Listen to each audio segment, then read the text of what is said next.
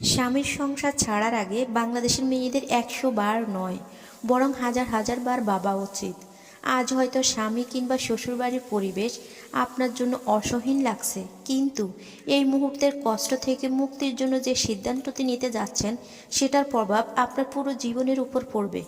এটা ভুলে গেলে চলবে না।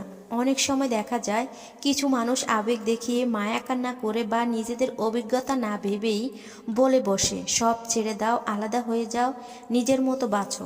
কিন্তু বাস্তব জীবন সিনেমা বা ফেসবুকের পোস্টের মতো সহজ নয়। আর যারা আপনাকে সব ছাড়তে উৎসাহ দিচ্ছে, কাল সেই মানুষগুলো সাথেই দীর্ঘদিন চলাটা আপনার জন্য বর্তমান পরিস্থিতির চেয়েও বেশি কঠিন হয়ে উঠতে পারে। আজ আপনার মাথার উপর একটি ছাদ আছে, পায়ের নিচে শক্ত মাটি আছে। এই নিরাপত্তাগুলো অনেক সময় অবমূল্যায়ন করা হয়, কিন্তু সংসার ছাড়ার পর এগুলোই সবচেয়ে অনিশ্চিত হয়ে পড়ে। অর্থনৈতিক নিরাপত্তা, সামাজিক সম্মান, সন্তানদের ভবিষ্যৎ, সব কিছু নতুন করে লড়াই করে গড়ে তুলতে হয়, যা মানসিকভাবে ভীষণ কষ্টকর।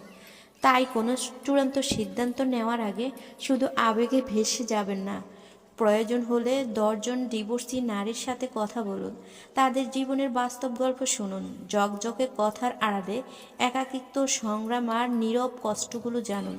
তখনই হয়তো বুঝতে পারবেন কোনো সিদ্ধান্তটা সত্যিই আপনার জন্য ভালো। জীবনের বড় সিদ্ধান্ত কখনোই তাড়াহুড়া করে নেওয়ার বিষয় নয়। ভেবেচিন্তে, বাস্তবতা বুঝে, নিজের বর্তমান ও ভবিষ্যৎ দুটো মাথায় রেখেই সিদ্ধান্ত নিন। আবেগে সাময়িক, কিন্তু সিদ্ধান্তের ফল বহন করতে হয় আজীবন।